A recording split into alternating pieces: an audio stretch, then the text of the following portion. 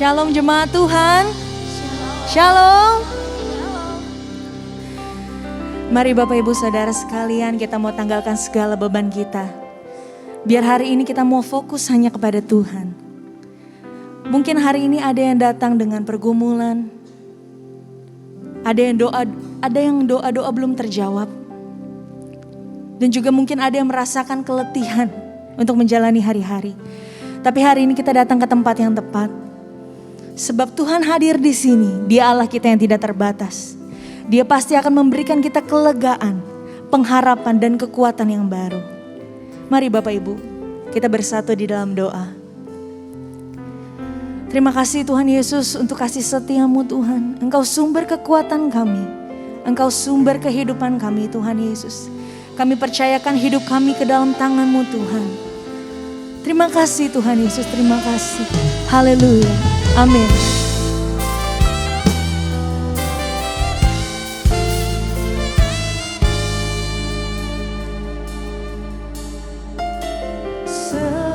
Semusim berlalu, namun Kau selalu pelihara aku. Kasih dan setiamu tak pernah layu di hidupku. Semusim berlalu, namun Kau selalu pelihara aku.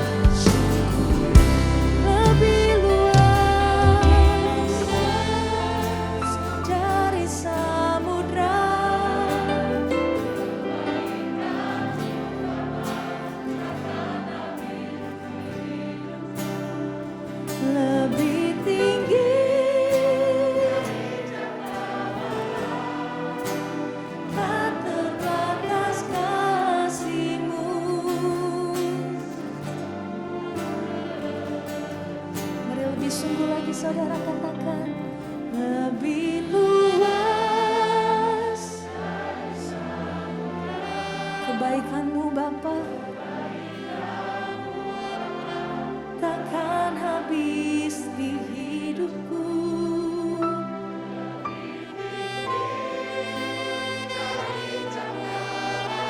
Kasih-Mu tidak terbatas Tuhan Yesus. Amin, amin. Sungguh ku Mari angkat kedua tanganmu, sama-sama kita katakan. Lebih luas dari samudra, kebaikan-Mu Bapa takkan habis di hidupku. Lebih tinggi dari cakrawala, tak terbatas kasih-Mu. Sungguh ku bersyukur. Kami mau bersyukur kepada-Mu Tuhan Yesus.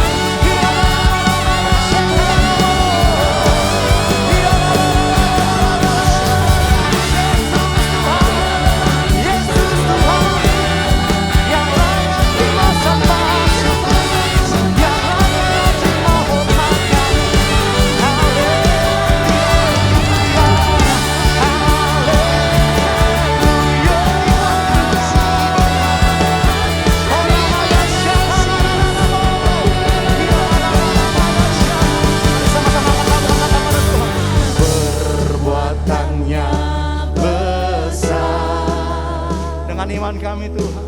Perbuatannya besar. Terima kasih untuk apa yang kau perbuat dalam hidup kami Tuhan. Perbuatannya besar. Amin. Pujilah namanya. Perbuatanmu besar Tuhan Yesus. Perbuatannya besar. Amin Tuhan. Perbuatannya besar. Makasih Tuhan, terima kasih Tuhan. Perbuatannya besar. Amin. Pujilah namanya. Mari bersama sama-sama angkat tanganmu, katakan perbuatanmu besar Tuhan. Perbuatannya besar. Besar perbuatanmu Tuhan. Perbuatannya besar. Terima kasih Tuhan Yesus. Perbuatannya besar. Puji Tuhan. Pujilah Namanya perbuatanmu besar Tuhan. Oh, perbuatannya haleluya. Besar perbuatanmu dalam hidup kami Tuhan.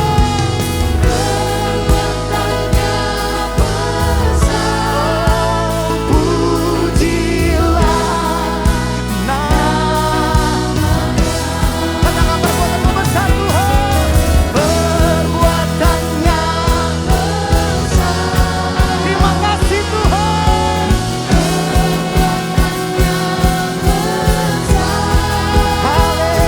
Haleluya.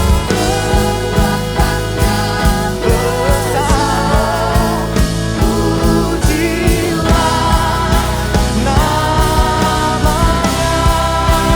Berikan tepuk tangan sorak-sorai Tuhan. Katakan Yesus baik Tuhan.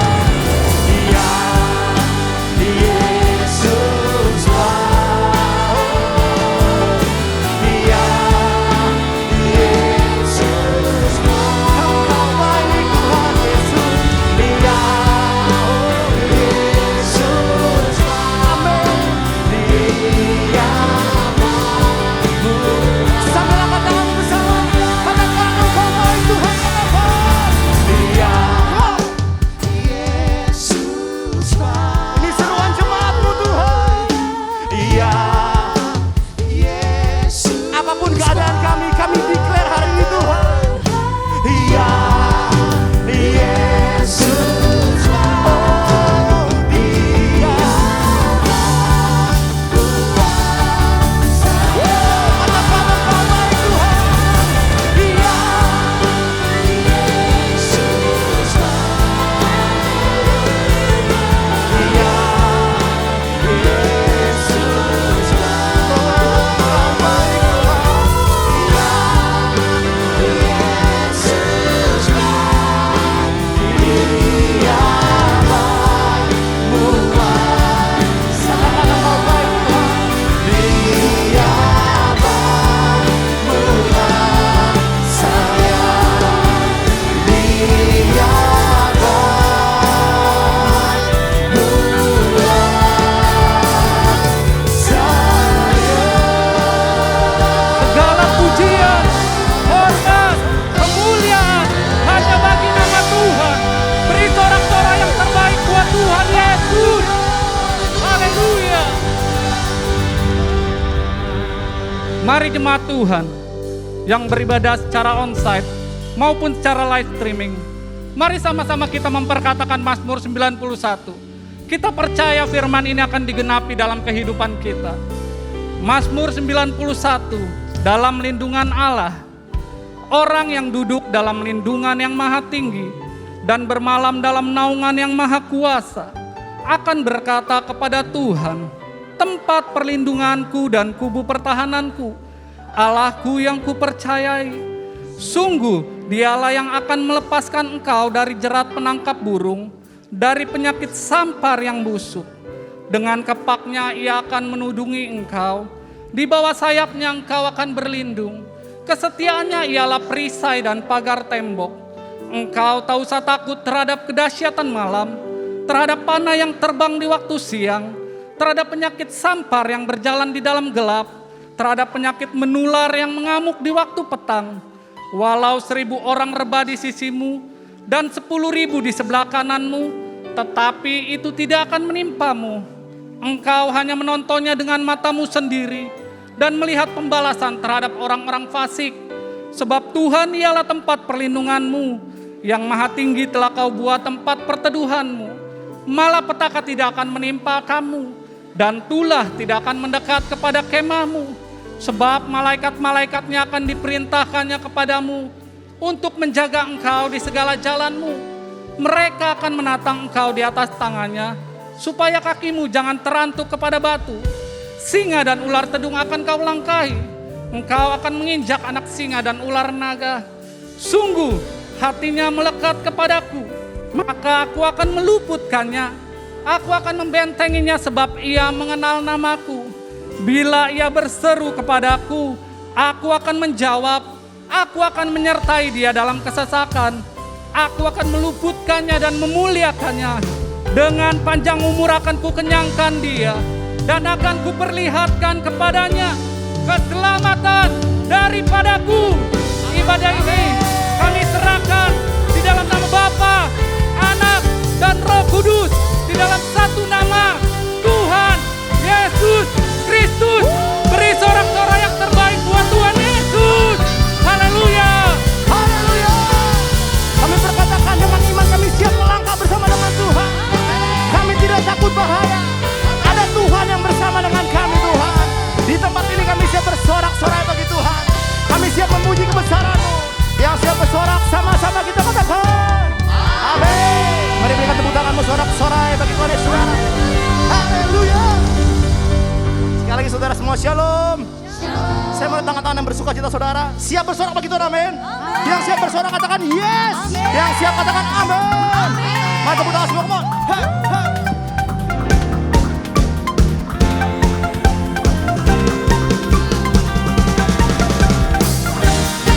Terima kasih buat karyamu dalam hidup kami, Tuhan. Terima kasih kau berkuasa dalam hidup kami, Tuhan. Mari sama-sama katakan. Pelukis cakrawala, merangkai jagat raya, pencipta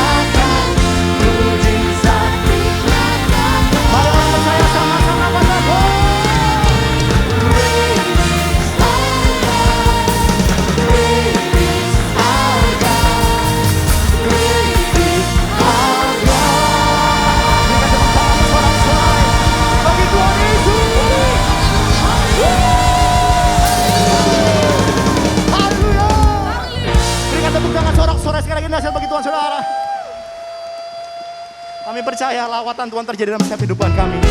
Kami siap lebih lagi menyembah Tuhan. Yang siap menyembah Tuhan sama-sama katakan amin. Berikan tepuk tangan sekali lagi saudara-saudara bagi saudara. Silakan duduk Bapak Saudara semua.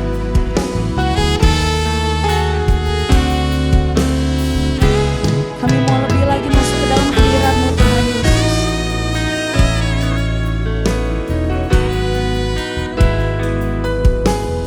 Hanya Engkau sumber kekuatan kami Tuhan. Hanya Kau Tuhan penolongku.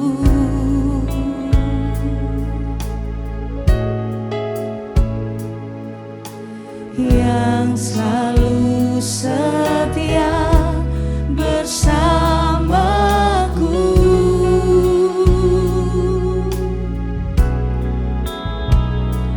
Kasih-Mu yang sanggup mengubah kehidupanku. Sungguh ku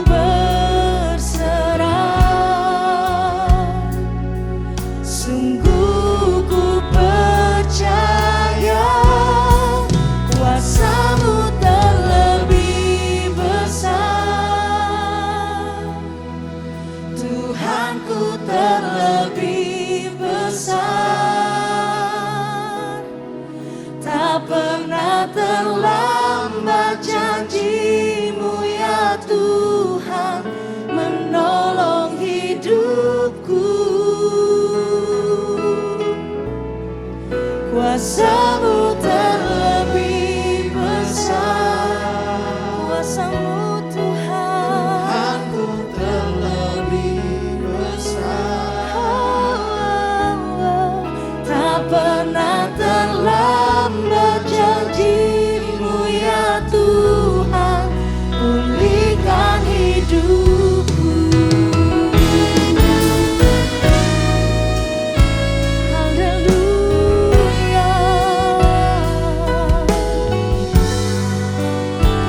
Mari sama-sama kita katakan dengan iman.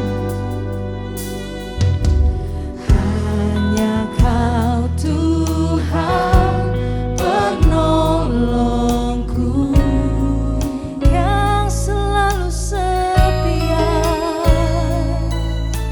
yang selalu setia bersamaku. Oh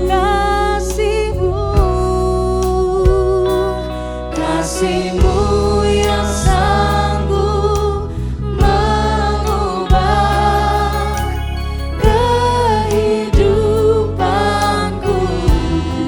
Sungguh kami berserah, kami percaya.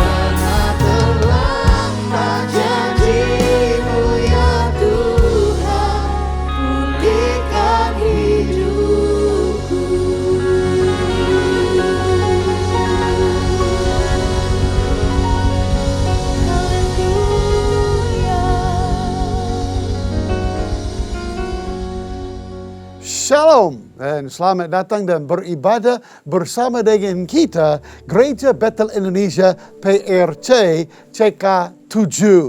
Saya Pendeta Tommy Smith, saya yakin dan percaya hari ini, saat ini Tuhan Yesus ingin memberikan sesuatu yang luar biasa kepada kita semuanya. Ada berita yang hebat, ada berita yang berbahagia, ada berita yang memberikan kepada saya sukacita yang luar biasa. Yesus Kristus sedang mendirikan jemaatnya. Yesus Kristus sedang mendirikan jemaatnya melalui kita. Yesus Kristus sedang mendirikan jemaatnya melalui kita pada zaman ini, era Pentakosta yang ketiga. Yesus Kristus sedang mendirikan jemaatnya melalui kita pada era Pentakosta yang ketiga untuk menyelesaikan amanat agung. Amanat agung terdapat sebanyak 5 kali di dalam perjanjian baru. Yesus mendirikan jemaatnya supaya kita dapat menyelesaikan amanat agung itu. Dia mendirikan jemaatnya supaya menurut Markus 16 ayat 15 kita dapat memberitakan Injil kepada segala makhluk. Yesus mendirikan jemaatnya supaya kita dapat menggenapi Injil Matius pasal 28 ayat 19. Supaya kita akan menjadikan segala bangsa murid Yesus Kristus. Yesus mendirikan jemaatnya supaya Bapak Ibu dan saya, kita semua dapat terlibat di dalam penggenapan Lukas pasal 24 ayat 47 untuk menyampaikan berita tentang pertobatan dan pengampunan dosa di segala bangsa mulai di Yerusalem. Yesus memberikan kepada kita tugas amanah agung. Dia mendirikan jemaatnya supaya kita semua dapat menjadi saksi. Saksi Yesus Kristus di Jerusalem, Judea, Samaria, dan sampai kepada ujung bumi. Menurut Kisah Rasul pasal 1 ayat yang ke-8. Yesus mendirikan jemaat melalui kita pada zaman ini, era Pentakosta yang ketiga, untuk menyelesaikan amanah agung. Seperti Yesus berkata di dalam Injil Yohanes pasal 20 ayat 21, seperti Bapa mengutus aku, sekarang aku mengutus kamu. Dan hari ini Tuhan Yesus mau mengutus kita menyelesaikan amanah agung. Tapi dalam hal ini saya sering berpikir, bagaimana peranan kita? Apa bagian kita? Apa sebenarnya yang kita harus melakukan? Ada kisah di dalam Alkitab yang akan menjawab dan menolong kita untuk memahami ini. Tuhan Yesus pernah ajak murid-muridnya to the very gates of hell on earth. Pada pintu-pintu neraka yang ada di dalam dunia ini. Sangat menarik, Tuhan Yesus tidak mengajak mereka ke gedung gereja. Atau Tuhan Yesus tidak mengajak mereka ke tempat beribadah lainnya. Tetapi Tuhan Yesus mengajak mereka to the gates of hell on earth. Pintu neraka di bumi. Ini terdapat di dalam Injil Matius pasal 16 ayat 13 sampai dengan ayat 19. Kita dapat melihat kisah ini. Tuhan Yesus membawa mereka ke Caesarea Philippi. Saya berkata ini gates of hell on earth, pintu neraka di dunia, karena di situ terkenal untuk kuasa gelap. Di situ mereka menyembah dewa. Di situ mereka menyembah berhala. Ada banyak kuasa gelap di situ. The gates of hell on earth. Pintu neraka di dunia. Nah, Yesus ajak murid-murid ke situ untuk membina mereka, betul. Tapi Yesus juga akan membuat suatu deklarasi.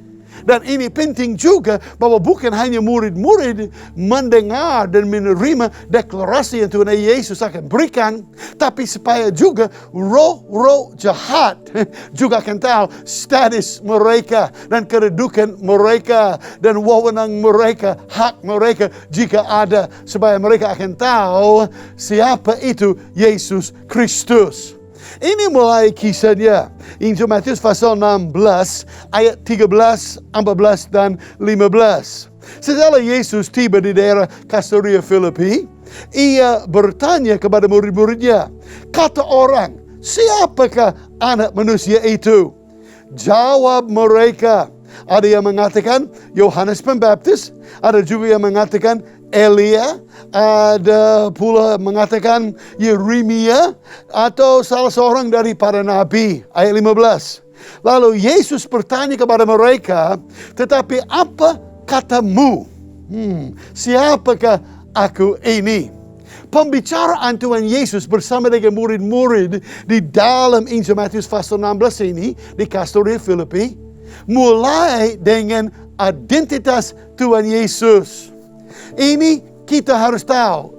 Prinsip yang pertama, kalau kita mau dipakai oleh Tuhan, pada zaman era Pentakosta ketiga untuk menyelesaikan amanah agung, semuanya mulai bersama dengan Tuhan Yesus Kristus.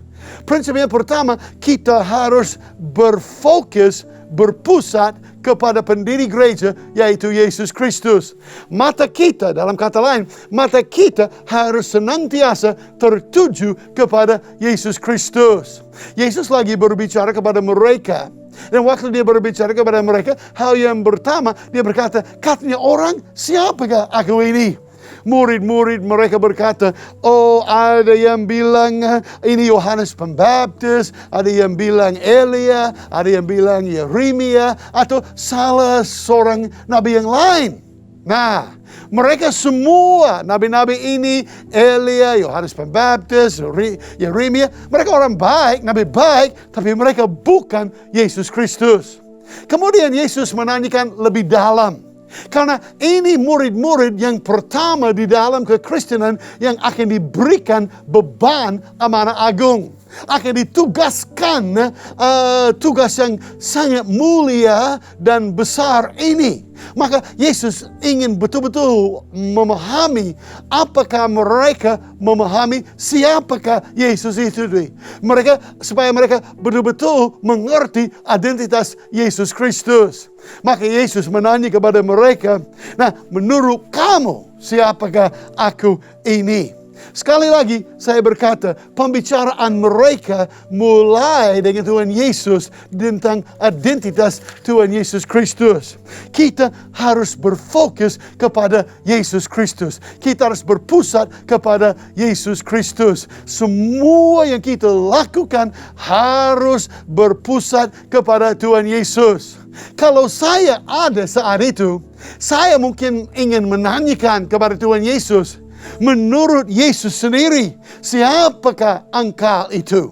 Maka ingin menanyakan supaya Yesus akan menyatakan kepada kita siapakah dia itu. Sebenarnya di dalam Alkitab, beberapa kali di dalam Alkitab kita dapat melihat Yesus menyatakan tentang identitasnya. Salah satunya terdapat di dalam kitab Wahyu. Di dalam kitab Wahyu pasal yang pertama ayat yang ke-8, Tuhan Yesus berkata, aku adalah Alfa dan Omega, firman Tuhan Allah yang ada dan yang sudah ada dan yang akan datang, yang maha kuasa. Kemudian dalam Wahyu 1 ayat 17 dan 18, Tuhan Yesus berkata kepada Yohanes yang berada di Pulau Patmos, jangan takut, aku adalah yang awal dan yang akhir dan yang hidup. Aku telah mati, namun lihatlah aku hidup sampai selama-lamanya, dan aku memegang segala kunci maut dan kerajaan maut.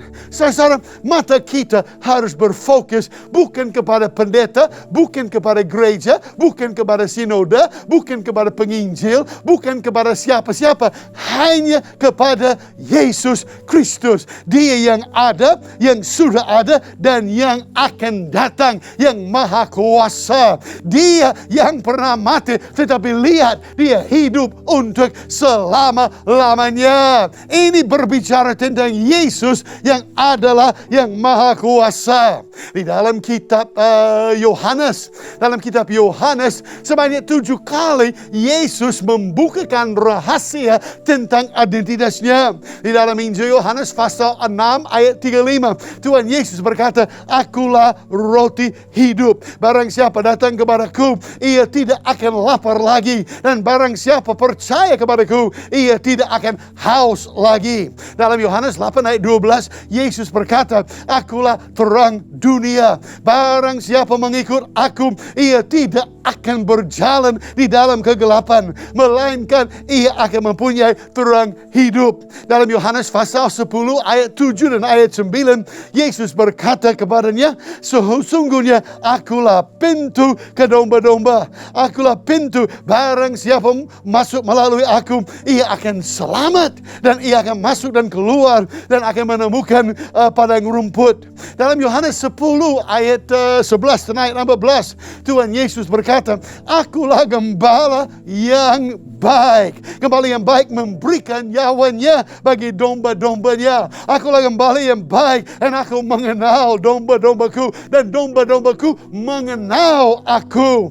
Dalam Yohanes 11 ayat 25, Yesus berkata, "Akulah kebangkitan dan hidup. Barang siapa percaya kepadaku, ia akan hidup walaupun sudah mati." Dalam Yohanes 14 ayat yang ke-6, Tuhan Yesus berkata, "Akulah jalan dan kebenaran dan hidup. Tidak seorang pun yang akan datang kepada Bapa kalau tidak melalui aku." Dan dalam Yohanes 15 ayat pertama dan ayat yang ke-5, Tuhan Yesus berkata, "Akulah pokok anggur yang benar, dan Bapa-Ku pengusahanya. Akulah pokok anggur, dan kamu ranting-rantingnya. Barang siapa tinggal di dalam aku, dan aku di dalam dia, ia berbuah banyak, sebab di luar aku, kamu tidak dapat berbuat apa-apa."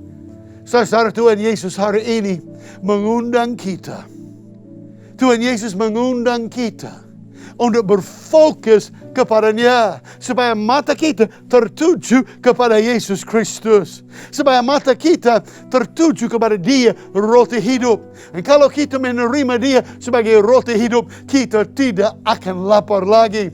Tuhan Yesus ingin mengundang kita untuk menerima Dia sebagai terang dunia. Dan kalau kita berfokus kepada Dia sebagai terang dunia, kita tidak akan berjalan di dalam kegelapan, tapi akan berjalan di dalam cahaya terang. Tuhan Yesus mengundang kita hari ini untuk masuk melalui Dia, karena Dia adalah pintu. Dan kalau kita masuk melalui Dia sebagai pintu, kita akan selamat, dan kita akan menemukan padang rumput. Hari ini Tuhan Yesus mengundang kita untuk menerima Dia sebagai gembala yang baik. Haleluya. Gembala yang baik, Dia mengenal domba-dombanya, Dia memperhatikan domba-dombanya, Dia memberikan nyawanya bagi domba-dombanya. Hari ini kita terima Yesus sebagai gembala yang baik. Hari ini Tuhan Yesus mengundang kita untuk menerima Dia sebagai kebangkitan dan hidup. Kalau kita percaya Dia sebagai kebangkitan hidup, walaupun kita mati, kita akan hidup bersama dengan Tuhan Yesus, dan kita akan hidup bersama-sama dengan Dia untuk selama-lamanya. Hari ini Tuhan Yesus mengundang kita untuk menerima Dia sebagai jalan, kebenaran, dan hidup. Dan hanya melalui Yesus kita dapat menemukan Bapa. Hari ini, dan ini penting sekali, Tuhan Yesus mengundang kita untuk menerima Dia sebagai pokok anggur yang benar. Dan kita menjadi ranting-ranting yang tinggal di dalam Tuhan Yesus. Dan kalau kita tinggal di dalam Tuhan Yesus, kita akan berbuah. Kita akan berbuah banyak. Kita akan berbuah banyak yang manis. Kita akan berbuah banyak yang baik. Kita akan berbuah yang tinggal tetap. Haleluya, haleluya, haleluya. Mata kita harus tertuju kepada Yesus. Ini caranya untuk terlibat di dalam penyelesaian amanah agung. Hal yang pertama, berfokus kepada Yesus. Saya ingat 7 jemaat yang ada dalam kitab Wahyu. Wahyu pasal 2 dan Wahyu pasal 3. Salah satu di antaranya jemaat Laodikia. Yesus berkata tentang Laodikia, mereka melarat, malang, miskin, buta, dan telanjang. Nggak ada kata-kata yang baik tentang mereka. Masalah mereka sudah geserkan Tuhan Yesus. Jangan sampai kita geserkan Tuhan Yesus dari gereja kita atau dari hidup kita. Kita mau berpusat kepada Yesus. Kita mau Yesus untuk menentukan semuanya. Mereka sudah geserkan Tuhan Yesus. Bagaimana bisa tahu? Wahyu pasal 3 ayat 20. Firman Tuhan berkata bahwa Yesus Kristus sedang di luar lagi. Tuhan Yesus sedang ketuk pintu. Wahyu 3 ayat 20. Lihat, aku berdiri di muka pintu dan mengetuk. Jikalau ada orang yang mendengar suaraku dan membukakan pintu, aku akan masuk mendapatkannya dan aku makan bersama-sama dengan dia dan ia bersama-sama dengan aku. Hari ini, melalui media ini, melalui firman ini, Tuhan Yesus undang kita untuk menerima dia dan memberikan welcome kepada dia untuk masuk ke dalam hidup kita. Dan biar Tuhan Yesus menjadi pusat dari segala yang kita lakukan. Berpusat kepada pendirinya, Yesus Kristus. Yesus sedang mendirikan jemaatnya untuk menyelesaikan amanah agung pada zaman era Pentakosta yang ketiga. Tapi bukan hanya kita berpusat kepada Tuhan Yesus, tapi kita juga harus berjalan di dalam iman. Lihat, ketika Tuhan Yesus menanyakan, menurut kamu siapakah aku ini? Petrus menjawab, Injil Matius pasal 16 ayat 16. Maka Simon Petrus menjawab, engkau adalah Mesias, anak Allah yang hidup. Wow, luar biasa. Karena Petrus melangkah di dalam iman.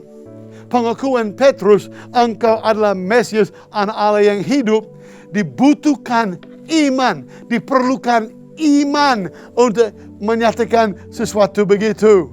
Sebenarnya di dalam pelayanan kita, kalau kita mau menyelesaikan amanah agung, kita harus berjalan di dalam iman.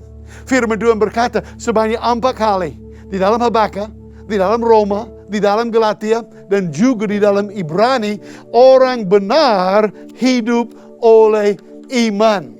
Kepada jemaat Korintus, Rasul Paulus pernah menulis sepertinya sama dalam 2 Korintus pasal 5 ayat 7. Paulus berkata, sebab hidup kami ini adalah hidup karena percaya, bukan karena melihat. Banyak orang melihat ini, melihat keuangan mereka, melihat saldo mereka, melihat rumah mereka, lahan mereka, tanah mereka, perhiasan mereka dan sebagainya. Tapi kita tidak hidup oleh apa yang kita lihat.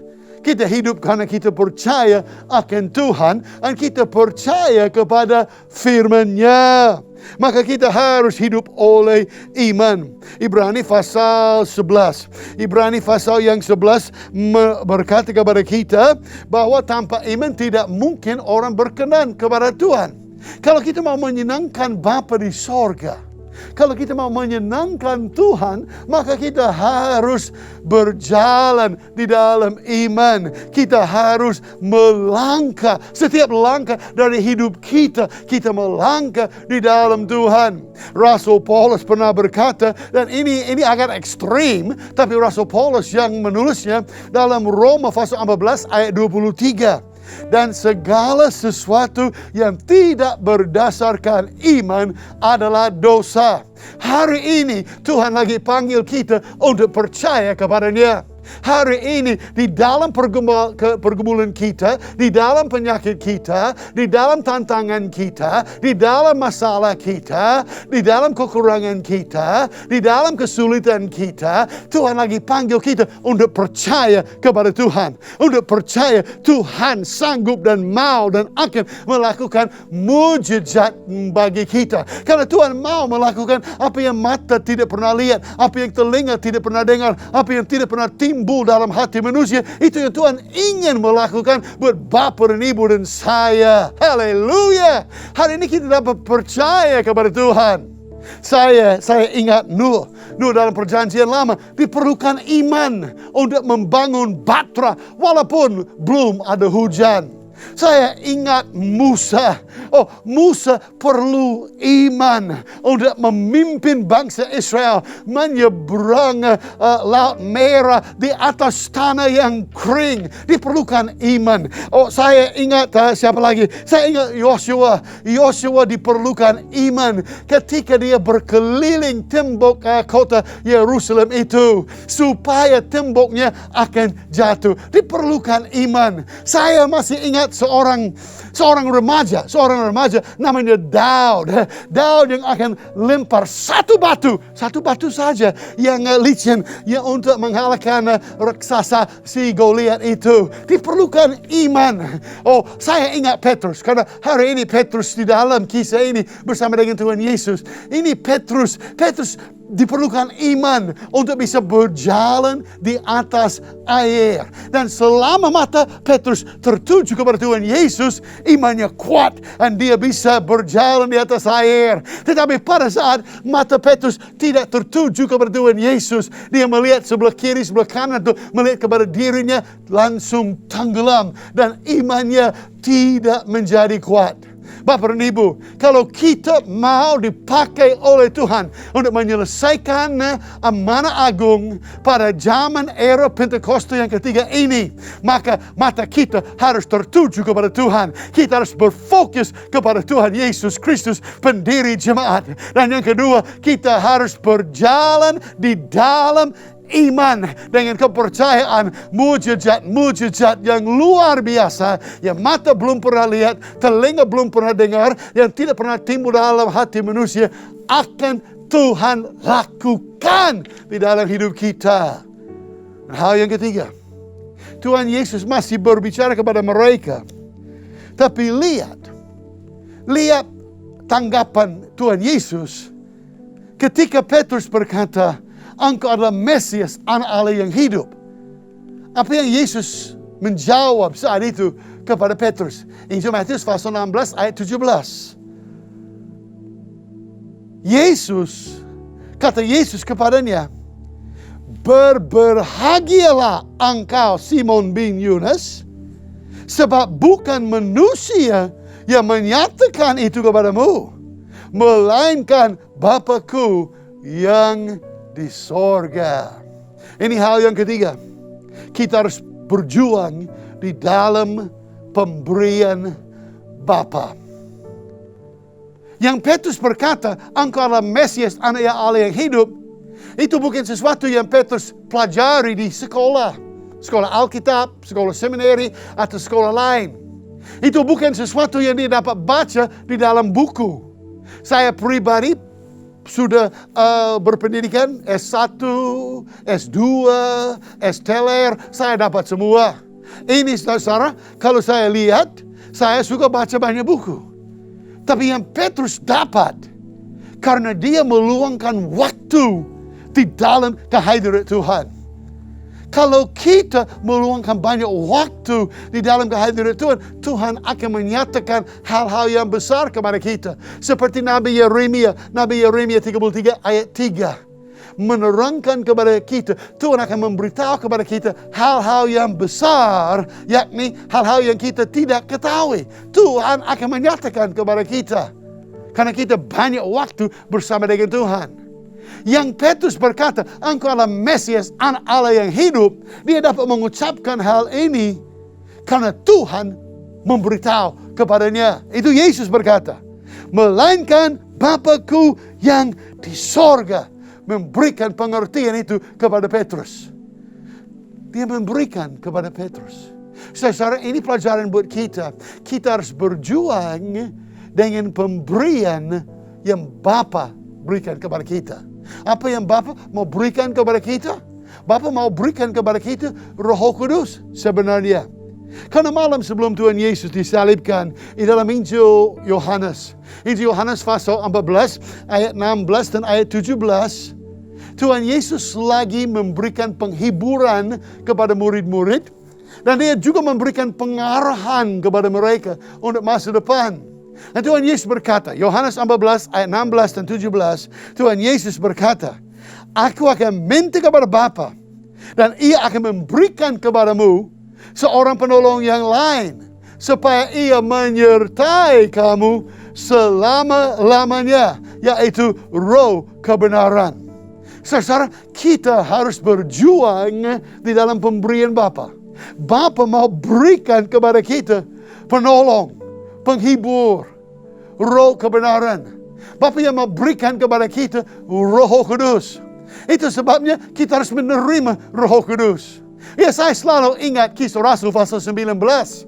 Ketika Rasul Paulus melayani di Efesus, dia menemukan 12 orang dari baptisan Yohanes. Mereka grup Yohanes Pembaptis. Tapi mereka belum pernah dengar ada Roh Kudus. Banyak orang juga zaman ini sama. Mereka belum tahu ada baptisan Roh Kudus. Maka mereka belum menerimanya. Padahal Tuhan Yesus berkata kepada murid-muridnya. Tuhan Yesus berkata, aku minta kepada Bapa, dan Bapa akan mengutus kepadamu penghibur yang lain, penolong, Roh kebenaran yang akan tinggal bersama dengan kamu, akan menyertai kamu senantiasa. Ini saudara, kita bisa melayani, kita bisa menyelesaikan amanah agung hanya dengan pengurapan dari Roh Kudus. Itu sebab Yesus berkata kepada mereka di dalam Lukas pasal 24, mereka harus tinggal di kota Yerusalem sampai diperlengkapi dengan kekuasaan dari tempat yang tinggi, yaitu Roh Kudus. Dan mereka menunggu hari Pentakosta. Hari Pentakosta, Roh Kudus dicurahkan di atas mereka. Dan Roh Kudus, kita berjuang dengan pemberian Bapa, yaitu Roh Kudus. Karena Roh Kudus itu akan menyertai kita. Firman Tuhan berkata, yaitu Roh kebenaran. Dunia tidak dapat menerima Dia, sebab dunia tidak kenal Dia dan tidak melihat Dia. Tetapi kamu kenal Dia, sebab Dia akan menyertai kamu dan akan diam di dalam kamu. Yesus berkata, Yohanes 14 ayat 17. Roh Kudus itu akan bersaksi tentang Yesus menurut Yohanes 15 ayat 26. Jikalau penghibur itu datang yang diutus oleh Bapa, yaitu Roh kebenaran yang keluar dari Bapa, ia akan bersaksi tentang aku. Ini sebabnya kita butuh Roh Kudus. Roh Kudus akan memuliakan Yesus melalui kita. Yohanes 16 ayat 14, Tuhan Yesus berkata, jikalau penghibur, ia akan memuliakan aku. Dia berkata, ia akan memuliakan aku, sebab ia akan memberikan kepadamu apa yang telah diterima daripadaku. Itu Roh Kudus memuliakan Yesus melalui kita. Itu kita butuh Roh Kudus. Kita butuh yang Bapa memberikan. Kalau Bapa memberikan sesuatu kepada kita, pasti kita membutuhkannya. Pasti kita bisa menggunakannya bagi kemuliaan Tuhan. Roh Kudus yang Bapa memberi akan mengajar kita. Yohanes 14 ayat 26. Tetapi penghibur, yaitu Roh Kudus yang akan diutus oleh Bapa dalam namaku, Dialah yang akan mengajar segala sesuatu kepadamu dan akan mengingatkan kamu akan semua yang telah kukatakan kepadamu. Oh, kita butuh Roh Kudus karena Dia akan mengajar kita, tapi Dia juga akan memimpin kita. Yohanes 16 ayat 13. Tetapi apabila Ia datang, yaitu Roh kebenaran, Ia akan memimpin kamu ke dalam seluruh kebenaran. Haleluya. Dengan hyper grace misalnya, atau dengan ajaran-ajaran yang lain yang tidak sehat. Kalau kita ada Roh Kudus yang memimpin kita, yang mengajar kita, yang mengarahkan hidup kita, yang menyertai kita, maka kita tidak akan menjadi tipuan. Kita tidak akan ditipu. Kita tidak akan ditipu dengan ajaran-ajaran yang tidak sehat dan tidak benar. Karena Roh Kudus memimpin kita. Nah, Roh Kudus yang Bapa memberi akan menginsafkan dunia. Yohanes 16 ayat 8 berkata, kalau ia datang, ia akan menginsafkan dunia akan dosa, kebenaran, dan penghakiman. Ini pelayanan Roh Kudus. Ini pelayanan Roh Kudus. Bapa memberikan, maka kita melayani dengan kuasa. Kita melayani karena kita diurapi oleh Roh Kudus. Kita berjuang dengan apa yang Bapa memberi. Dan Bapa memberi Roh Kudus kepada kita. Roh Kudus yang sama yang mengurapi Tuhan Yesus. Tuhan Yesus, firman Tuhan berkata, Kisah Rasul 10 ayat 38. Tuhan Yesus berkeliling, berbuat baik, menyembuhkan semua orang yang dikuasai oleh iblis. Sebab Allah menyertai dia. Haleluya. Roh Kudus yang mengurapi Yesus, Roh Kudus yang sama yang mau mengurapi Bapa, Ibu, dan saya, kita semuanya. Haleluya, haleluya, haleluya. Hari ini Roh Kudus mengurapi saya untuk menyampaikan firman ini. Hari ini juga Roh Kudus mau mengurapi Bapa dan Ibu. Di dalam rumah saudara, atau di dalam rumah sakit, atau dimanapun saudara berada, Roh Kudus mau mengurapi kita. Karena Bapa memberikan Roh Kudus kepada kita. Saya ingat saudara, saya ingat Roh Kudus dijanjikan oleh Tuhan Yesus supaya kita ini menjadi saksi di Jerusalem, Judea, Samaria, dan sampai kepada ujung bumi. Ini sebenarnya suatu janji, tapi ini juga suatu nubuatan. Haleluya. Tuhan Yesus bernubuat kita akan menyelesaikan amanah agung dengan kuasa dari Roh Kudus. Dan ini adalah yang kita butuhkan. Mata tertuju kepada Yesus. Kita berfokus kepada Yesus. Kita berjalan di dalam iman. Apa yang gak bisa dilihat, gak apa-apa. Kita percaya akan Tuhan. Buat mujizat-mujizat, buat tanda-tanda ajaib. Dan kita bisa berjuang. Kita bisa melayani dengan Roh Kudus yang Bapa memberikan kepada kita semua. Dan yang terakhir, Tuhan Yesus masih berbicara kepada mereka. Ingat saudara. Ini pintu neraka di dunia. The gates of hell on earth.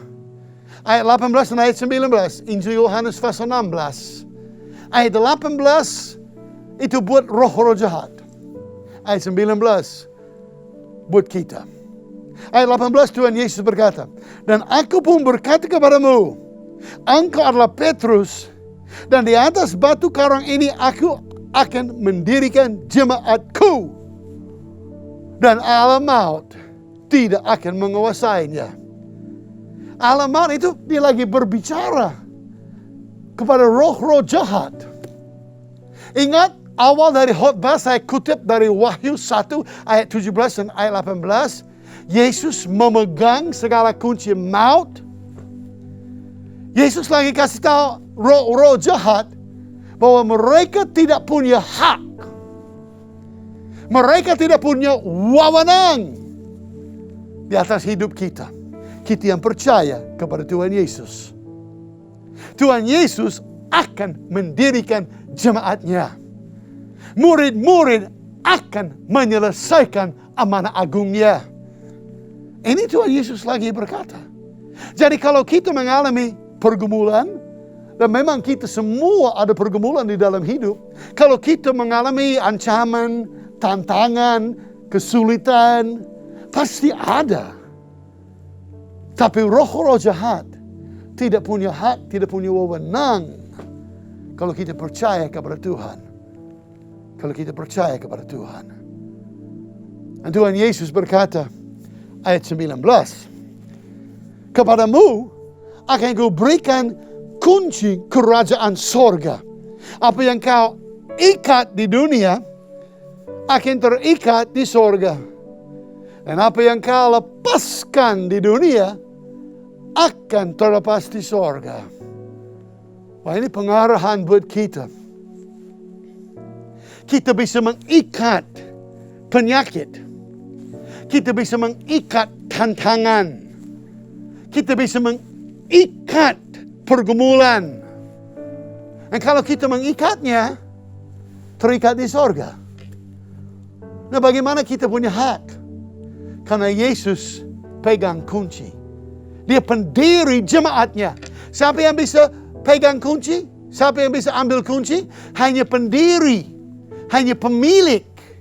Dan Tuhan Yesus berkata, Aku akan mendirikan jemaatku. Siapa yang mendirikannya? Yesus, pendiri. Siapa yang pemiliknya? Jemaatku. Yesus lagi bicara. Ini jemaat Tuhan. Maka hanya Yesus punya hak memegang kunci.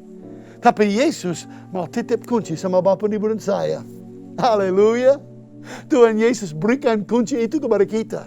Supaya apa yang kita ikat, penyakit, kekurangan, masalah, pergumulan, kita punya kunci untuk mengikat semuanya. Dan apa yang kita ikat di dalam dunia ini, terikat juga di sorga. Sebaliknya, kunci yang sama bisa membuka.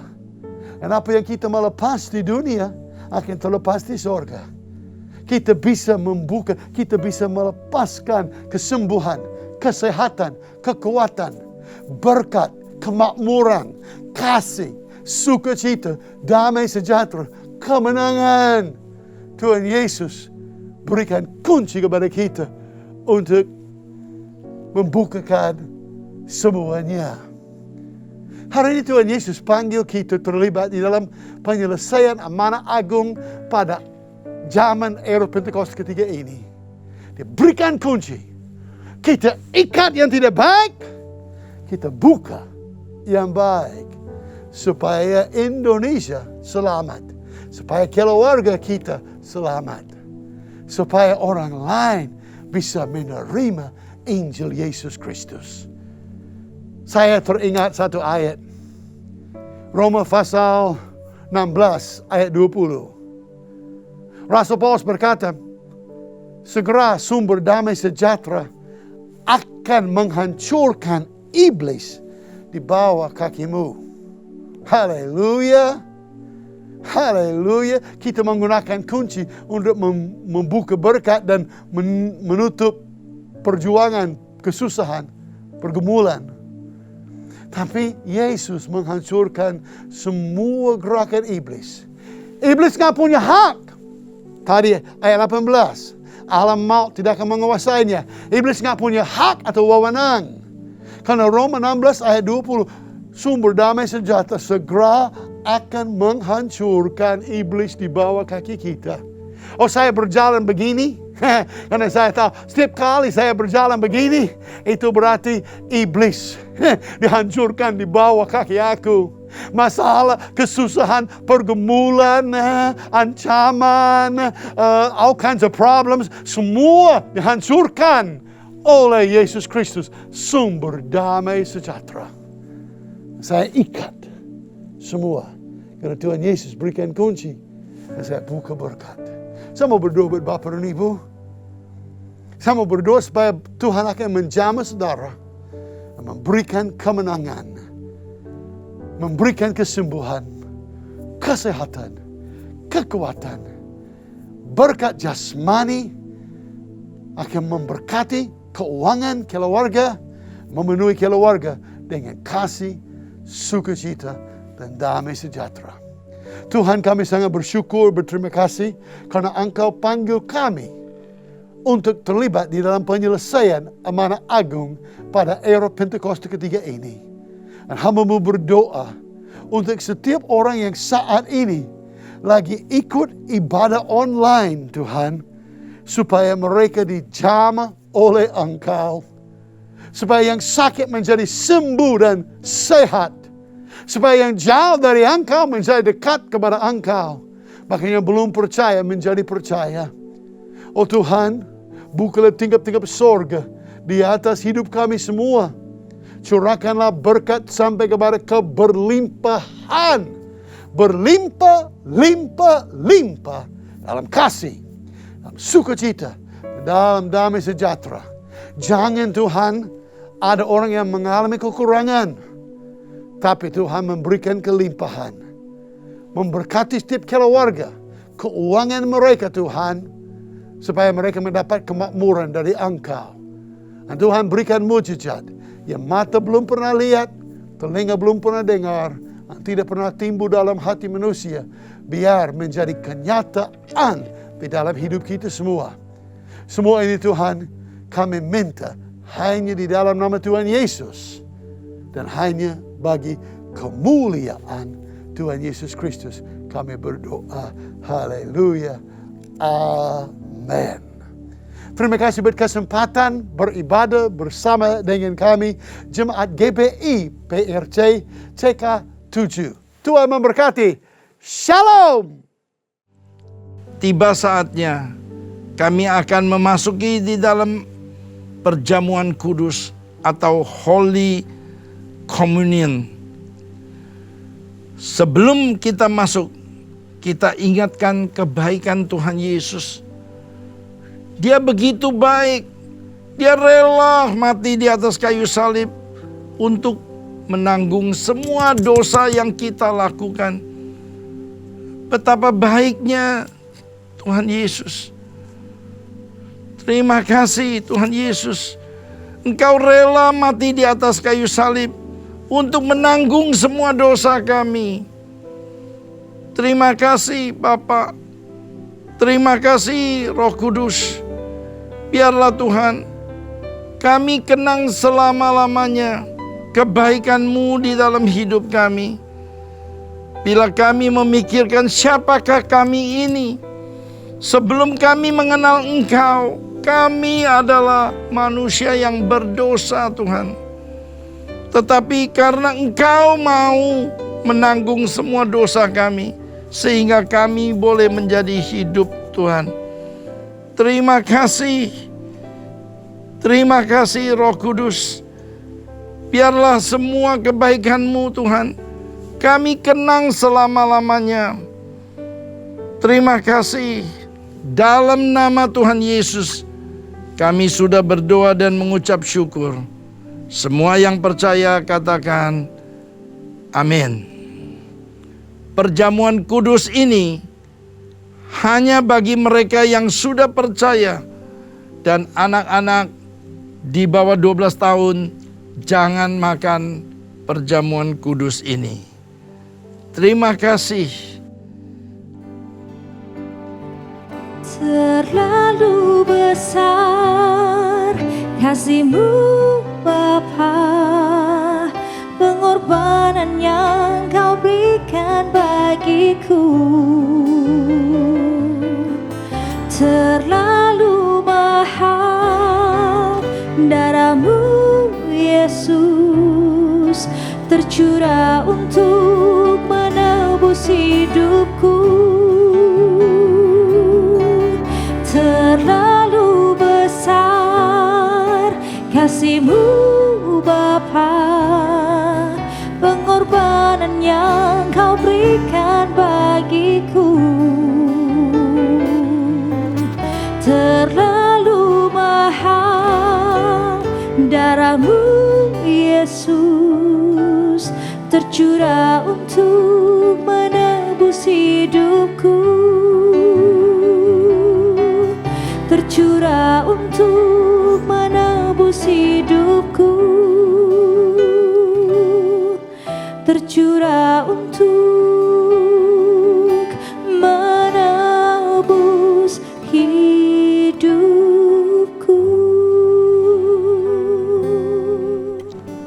Mari saudara-saudara yang dikasihi Tuhan Yesus, kita bangkit berdiri. Sebab apa yang telah kuteruskan kepadamu, telah aku terima dari Tuhan, yaitu bahwa Tuhan Yesus pada malam Ia diserahkan, Ia mengambil roti. Mari kita angkat roti di tangan kanan kita tinggi-tinggi. Dan sesudah itu, Ia mengucap syukur atasnya dan berkata, inilah tubuhku yang diserahkan kepada kamu. Perbuatlah ini menjadi peringatan akan aku. Saudara-saudara yang dikasihi Tuhan Yesus, bukankah roti yang kita pecah-pecahkan ini adalah persekutuan kita dengan tubuh Kristus? Mari kita makan dalam nama Tuhan Yesus.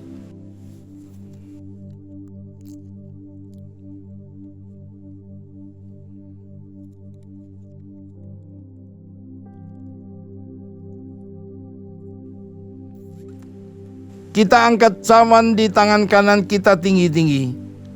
Demikian juga ia mengambil cawan sesudah makan lalu berkata, cawan ini adalah perjanjian baru yang dimeteraikan oleh darahku.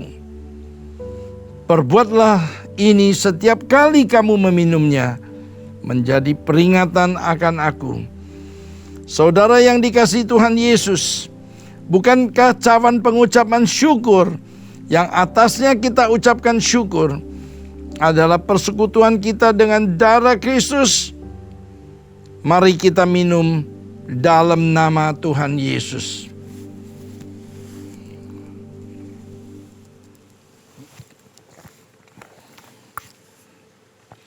Terima kasih Tuhan Yesus untuk pengorbanan-Mu di atas kayu salib ini. Biarlah semua mengucap syukur atas kebaikan Tuhan Yesus di dalam hidup ini. Mari kita ucapkan syukur. Oh Rabba Shikira bala bala bala bala. Shikira bala bala bala bala bala bala. Shikira bala bala bala bala bala bala bala. Saat ini pencurahan Roh Kudus turun di atas kalian semuanya. Terima kasih mula-mula itu, terima pengajaran sesat ditiadakan, terima. Biarlah semua dari kalian setia sampai mati. Sekali Yesus tetap Yesus. Terima. Terima kasih Yesusku, terima kasih Yesusku. Puji syukur hanya bagi Tuhanku. Terima kasih Yesusku, terima kasih Yesusku. Puji syukur hanya bagi Tuhanku. Puji syukur hanya bagi Tuhanku. Puji syukur hanya bagi Tuhanku.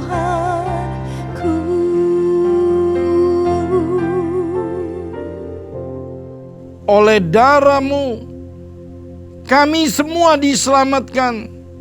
Oleh darah-Mu kami semua diperdamaikan, sehingga kami boleh memanggil Engkau ya Aba, ya Bapa. Terima kasih Tuhan Yesus untuk pengorbanan-Mu di atas kayu salib. Terima kasih. Tibalah saatnya para pria, kepala rumah tangga, angkat tanganmu di hadapan Tuhan Yesus. Tuhan, Engkau sedang melihat para pria, para kepala keluarga sedang mengangkat tangannya Tuhan.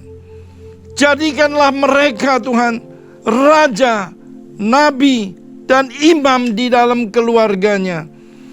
Biarlah apa yang mereka kerjakan senantiasa berhasil Tuhan. Terima kasih untuk pengurapan yang sudah Kau berikan kepada para pria, kepala keluarga di tempat ini. Sekarang para wanita, ibu-ibu rumah tangga, angkat tanganmu di hadapan Tuhan Yesus. Tuhan, terima kasih untuk para ibu-ibu yang mengangkat tangannya Tuhan. Urapi mereka, berilah kandungan yang kuat Tuhan. Biarlah Tuhan, jadikan mereka tiang doa dan penolong buat suami dan keluarganya Tuhan. Terima kasih Roh untuk mendidik anak-anak takut akan Tuhan, Kau alirkan saat ini juga. Terima kasih Bapa, biarlah Tuhan para ibu-ibu rumah tangga ini menjadikan anggur yang manis di dalam hidupnya Tuhan. Terima kasih Roh Kudus. Terima kasih. Sekarang anak-anak muda, mereka yang belum menikah, single parents, angkat tanganmu di hadapan Tuhan Yesus. Tuhan, terima kasih untuk generasi penerus ini. Generasi Yeremia Tuhan. Biarlah mereka dibangkitkan Tuhan. Roh takut akan-Mu mengalir di dalam hidupnya. Roh takut akan-Mu mengalir di dalam hidupnya. Terima kasih Bapa. Terima kasih Roh Kudus. Biarlah kekudusan mereka jaga baik-baik Tuhan. Terima kasih Bapa. Pengurapan Daniel 10 kali lebih cerdas daripada orang di bumi. Kau berikan kepada anak-anak muda di tempat ini Tuhan. Terima kasih. Mereka yang belum menikah, Engkau mencarikan pasangan yang sepadan Bapa. Mereka yang single parents, peluklah mereka dengan kasih-Mu. Kasih agape, kasih filiemu, memeluk mereka, menuntun mereka jalan di dalam kebenaran firman-Mu. Terima kasih Tuhan Yesus. Sekarang semua jemaat angkat tanganmu di hadapan Tuhan Yesus. Tuhan, berikan mereka semua Tuhan finansial, rohani yang cukup Tuhan. Yang sakit Engkau sembuhkan saat ini juga. Mereka yang berbeban berat, berikan mereka jawaban. Mereka yang terikat, Engkau lepaskan dalam nama Tuhan Yesus. Terima kasih Bapa. Kami percaya semua jemaat dan semua keluarga besarnya sudah diselamatkan oleh Tuhan Yesus. Terima kasih Bapa. Terima kasih Roh Kudus. Terpuji senantiasa nama-Mu. Haleluya. Amin. Shalom. Gembala dan seluruh pengerja CK7 serta jemaat Tuhan mengucapkan terima kasih kepada Pastor Tommy Smith yang telah memberkati kita semua melalui penyampaian pesan firman Tuhan pada hari ini. Tuhan Yesus memberkati pastor dan keluarga berlimpah-limpah. Amin. Untuk rangkuman dan slide khotbah dapat dilihat di apps GBI PRJ Group CK7 dengan modul Sermon Summary Ibadah Raya. Berikut kami sampaikan beberapa pengumuman. Ibadah Raya via live streaming hari Minggu tanggal 10 Juli 2022 pukul 7, 9, 11.30, 14, dan 16.30 waktu Indonesia Barat dilayani oleh Evangelis Indri Pardede. Ibadah Raya tersebut akan disertai dengan ibadah secara online lainnya mulai pukul 7 waktu Indonesia Barat untuk ibadah anak bahasa Inggris dan bahasa Indonesia, serta ibadah anak berkebutuhan khusus dan tayang ulang atau rerun, ibadah yang dilakukan secara onsite, ibadah Mandarin Service, ibadah Dewasa Muda atau 2PM, dan ibadah Junior Church di channel YouTube GBI PRJ CK7. Untuk persembahan umum atau kolekte, perpuluhan jemaat, ucapan syukur dan lain-lain dapat dilakukan melalui e-banking, mobile banking, ATM maupun online di website kerekening persembahan CK7. BCA Cabang Tamrin dengan nomor account 206 333 8222 atas nama GBI PRJ. Ibadah onsite Minggu tanggal 10 Juli 2022 diadakan di GBI PRJ pukul 9, 11.30 dan 16.30 waktu Indonesia Barat dilayani oleh Evangelis Gina Darmawan. GBI Intercon pukul 9 waktu Indonesia Barat dilayani oleh PDP Tirsa Juliana Wibowo. Pukul 11 dan 16.30 waktu Indonesia Barat dilayani oleh Pendeta Hendrik Salakparang. GBI Alam Sutra Mall pukul 9 dan 16.30 waktu Indonesia Barat dilayani oleh PDP Willy Santoso BSC. Pukul 11 waktu Indonesia Barat dilayani oleh Pendeta Dr. Yanto Simko Putra MD PhD. GBI PRJ Pluit pukul 9 dan 11 waktu Indonesia Barat dilayani oleh PDP Eradi Chandra. GBI PRJ Mandarin pukul 9 waktu Indonesia Barat dilayani oleh Pendeta Akun. GBI HCR pukul 9 waktu Indonesia Barat dilayani oleh Pastor Randy Junaidi BSC. Ibadah Raya onsite disertai dengan ibadah onsite BPA sebagai berikut. GBI PRJ yang Professional and Couples 2PM Service pukul 14 waktu Indonesia Barat. 316 Youth English Service pukul 9 waktu Indonesia Barat. Junior Church pukul 9 dan 11.30 waktu Indonesia Barat. Joshua Generation Kids English Service pukul 9 dan 11.30 waktu Indonesia Barat. Sekolah Minggu pukul 9, 11.30 dan 16.30 waktu Indonesia Barat. GBI Interkon Ibadah Youth pukul 17 waktu Indonesia Barat setiap hari Sabtu, minggu pertama dan juga ketiga. Junior Church pukul 9 dan 11 waktu Indonesia Barat.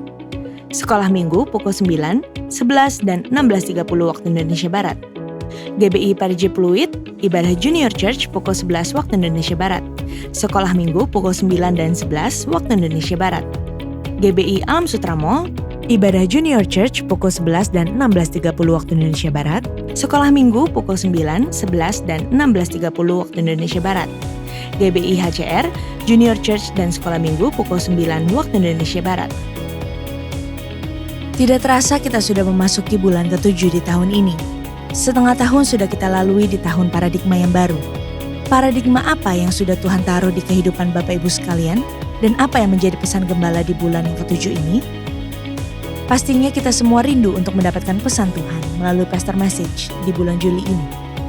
Mari bergabung bersama di Cool Online CK7 bagi Bapak Ibu yang belum tertanam di Cool yang berada di bawah naungan CK7 pada hari Jumat 8 Juli 2022 pukul 19 sampai dengan 21 waktu Indonesia Barat dan Sabtu 9 Juli 2022 pukul 10 sampai dengan 12 waktu Indonesia Barat. Untuk link Zoom, meeting ID, serta password dapat diklik langsung di apps GBI PRJ CK7 dengan modul Zoom Link atau dapat menghubungi nomor WA yang tercantum di layar Bapak Ibu sekalian. Sehubungan dengan pengumuman dari pemerintah tentang adanya perubahan hari libur nasional, Hari Raya Idul Adha yang semula jatuh pada hari Sabtu 9 Juli 2022 menjadi hari Minggu 10 Juli 2022, maka diumumkan doa fajar serta Bible study juga tetap diadakan. Unit pelayanan jemaat CK7 akan mengadakan baptisan air. Pendaftaran akan dibuka dari tanggal 26 Juni sampai dengan 20 Juli 2022. Dan pelaksanaannya hari Sabtu 23 Juli 2022 pukul 8.30 waktu Indonesia Barat. Untuk pendaftaran bisa melalui www.gbiprj.org. Penyerahan anak secara online, pendaftaran dibuka mulai tanggal 26 Juni sampai dengan 10 Juli 2022. Pelaksanaannya hari Sabtu 16 Juli 2022 pukul 10 waktu Indonesia Barat. Dan pendaftaran melalui www.gbiprj.org. Penyerahan anak secara online baru dapat dilaksanakan dengan minimal 5 orang peserta. Untuk info lengkap dapat dilihat di www.gbiprj.org. Sekian pengumuman hari ini. Terima kasih atas perhatian Bapak Ibu sekalian. Tuhan Yesus memberkati. Sebelum kita berdoa syafaat, kita akan memperkatakan apa yang dimaksud dengan Pentakosta ketiga. Pentakosta ketiga. 1. Pentakosta ketiga adalah pencurahan Roh Kudus yang dahsyat di zaman ini, melebihi yang terjadi di Azusa Street. 2. Pentakosta ketiga akan mengakibatkan penuaian jiwa yang terbesar dan terakhir sebelum Tuhan Yesus datang kembali. 3. Pentakosta ketiga akan membangkitkan generasi Yeremia, yaitu anak-anak muda yang dipenuhi Roh Kudus, cinta mati-matian kepada Tuhan Yesus, tidak kompromi terhadap dosa, dan akan bergerak untuk memenangkan jiwa. 4. Pentakosta ketiga lahir di Indonesia dan bergerak ke bangsa-bangsa. Gerakan ini dari timur ke barat dan akan kembali ke Yerusalem. 5. Pentakosta ketiga akan memberikan kuasa untuk menyelesaikan amanat agung dan setelah itu Tuhan Yesus datang kembali. Mari kita berdoa. Bapa, saat ini kami berdoa untuk Indonesia ya Tuhan. Kami percaya bahwa Indonesia ada di dalam hati-Mu.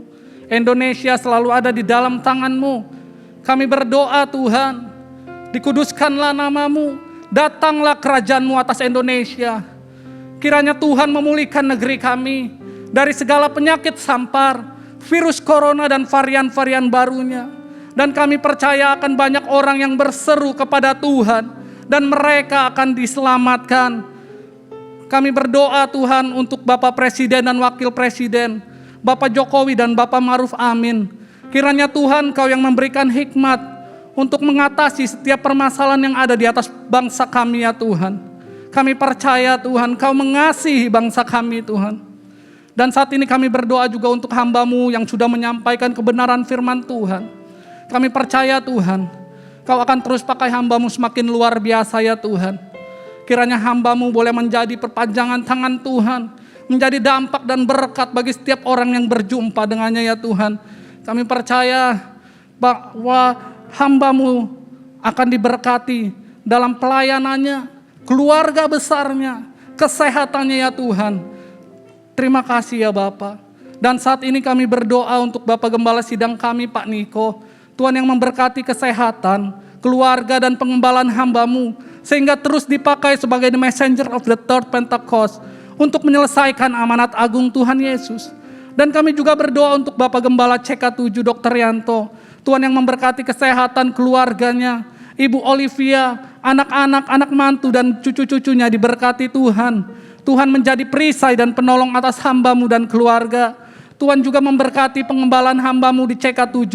Menjadikan setiap kami umat yang layak di hadapan Tuhan. Kami berdoa Tuhan untuk bangkitnya generasi Yeremia ya Tuhan. Kiranya Tuhan pakai dengan dahsyat. Akan lahir anak-anak muda yang cinta akan Tuhan. Dipenuhi Roh Kudus ya Tuhan. Tidak kompromi terhadap dosa. Terima kasih ya Bapa. Dan saat ini Tuhan kami percaya, kami berdoa untuk setiap umat-Mu ya Tuhan. Saat ini yang sakit sudah disembuhkan, yang membutuhkan jawaban, mereka sudah menerima jawaban ya Tuhan. Saat ini Tuhan yang terikat Tuhan sudah lepaskan. Dan kami percaya mereka selalu diberikan kemenangan daripada Tuhan. Terima kasih ya Tuhan. Mari jemaat Tuhan kita angkat tangan kita untuk menerima berkat melalui hamba-Nya. Terimalah berkat yang berlimpah-limpah dari Allah Bapa, kasih karunia di dalam anaknya yang tunggal, Yesus Kristus, persekutuan yang manis dengan Roh Kudus, menyertai kita mulai saat ini, sampai Tuhan Yesus datang kembali untuk kedua kalinya, menjemput kita di awan-awan yang permai, bahkan untuk selama-lamanya. Semua yang percaya katakan amin. Tuhan berkati saudara-saudara sekalian. Shalom saudara, beberapa bulan terakhir, gereja kita sudah mulai masuk ke dalam pelayanan intergenerational, atau bisa juga disebut lintas generasi. Istilah ini mulai muncul pada akhir abad ke-20 ketika penamaan generasi seperti baby boomer lahir untuk mengidentifikasi fenomena banyaknya anak-anak yang lahir pasca Perang Dunia Kedua pada tahun 1945 sampai 1960-an. Penamaan generasi millennials yang lahir menjelang pembukaan milenium yang baru, yaitu tahun 2000, dipopulerkan oleh William Strauss dan Neil Howe, yang pada saat itu adalah penulis buku dan juga konsultan sosiologis. Dan teori mereka masih dipakai sampai hari ini untuk mempermudah mengidentifikasi perbedaan generasi yang ada di gereja.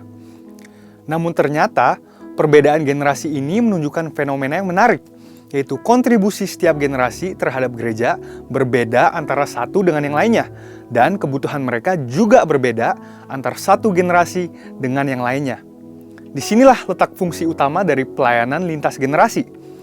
Alih-alih berfokus kepada satu generasi saja, gereja melihat sebuah pelayanan yang mewakili dan membuka interaksi antar generasi di dalam sebuah gereja lokal. Lalu apa dampaknya? Dampaknya adalah bahwa setiap karunia dan panggilan dari masing-masing generasi bisa terwakili dan kebutuhan setiap generasi terjawab. Kita sadar bahwa terkadang menjaga hubungan di antara yang sama generasinya saja sudah susah, apalagi membangun hubungan lintas generasi. Tetapi inilah tantangan gereja zaman sekarang. Jadi, apa yang perlu dibangun dalam sebuah hubungan lintas generasi? Ada 3 area besar yang perlu dibangun menurut David Kinnaman dalam bukunya Faith for Exiles. Yang pertama adalah shared experience. Hubungan itu betul-betul terbentuk ketika 2 orang atau lebih mau berkomitmen untuk meluangkan waktu bersama-sama. Dan walaupun sepertinya mudah, kenyataannya tidak semudah itu. Sebuah pertanyaan sederhana. Apakah kita suka menghabiskan waktu bersama dengan orang-orang percaya lainnya dalam komunitas gereja lokal? Bagaimana dengan orang-orang yang berbeda rentang usia dengan kita? Diskusi dan interaksi yang terjadi antar generasi akan menumbuhkan hubungan yang berkualitas. Yang kedua adalah shared goals. Hubungan lintas generasi tidak terjadi begitu saja. Perlu niat dan tujuan yang jelas dari kedua belah pihak. apa yang ingin dicapai dari hubungan lintas generasi tersebut. Seperti ketika Elia berjumpa dengan Elisa, hubungan yang tercipta memiliki tujuan yang jelas, yaitu untuk mewarisi pengalaman, pengurapan, dan panggilan dari Elia kepada Elisa.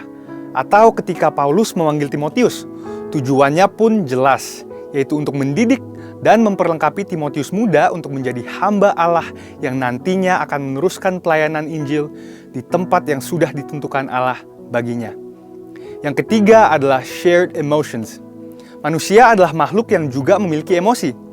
Dan di dalam membangun hubungan pertemanan ataupun mentoring, emosi memainkan peranan yang sangat penting. David Kinnaman menulis bahwa murid yang tangguh adalah mereka yang tertanam dalam gereja lokal yang memiliki penerimaan seperti keluarga. Apakah berarti gereja hanya berfokus menumbuhkan emosi positif saja? Tentunya tidak, sebab Alkitab pun meminta kita untuk menegur mereka yang hidup dalam dosa. Tetapi, iklim emosi yang sehat akan membantu generasi muda untuk merasa diterima di gereja lokal mereka sebagai anak dan sekaligus dibentuk untuk menjadi murid yang tangguh. Di dalam Mazmur 78 ayat 4 dikatakan, "Kami akan ceritakan kepada angkatan yang kemudian puji-pujian kepada Tuhan dan kekuatannya dan perbuatan-perbuatan ajaib yang telah dilakukannya." Pemazmur dalam hal ini Asaf memiliki komitmen untuk meneruskan pengetahuan akan mujizat Tuhan kepada generasi berikutnya agar tidak terputus ingatan mereka tentang Tuhan. Begitu juga dengan pelayanan lintas generasi. Ini dilakukan karena visi yang Tuhan berikan kepada gerejanya begitu besar dan begitu luas, serta tidak mungkin diselesaikan hanya dalam waktu satu generasi saja. Artinya apa? Segala pengalaman, pengurapan, dan kesaksian hidup dari generasi sebelumnya perlu diteruskan kepada generasi penerus. Anak-anak muda yang berdiri di atas pengurapan dan pengalaman generasi sebelumnya akan bergerak lebih cepat, lebih tepat, dan lebih diurapi.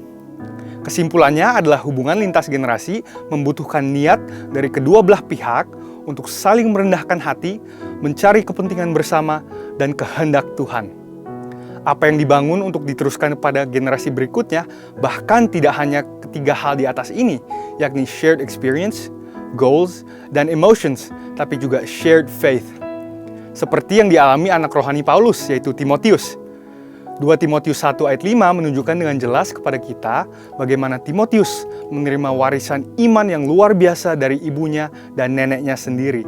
Sebab aku teringat akan imanmu yang tulus ikhlas, yaitu iman yang pertama-tama hidup di dalam nenekmu Lois dan di dalam ibumu Yunike, dan yang aku yakin hidup juga di dalam dirimu.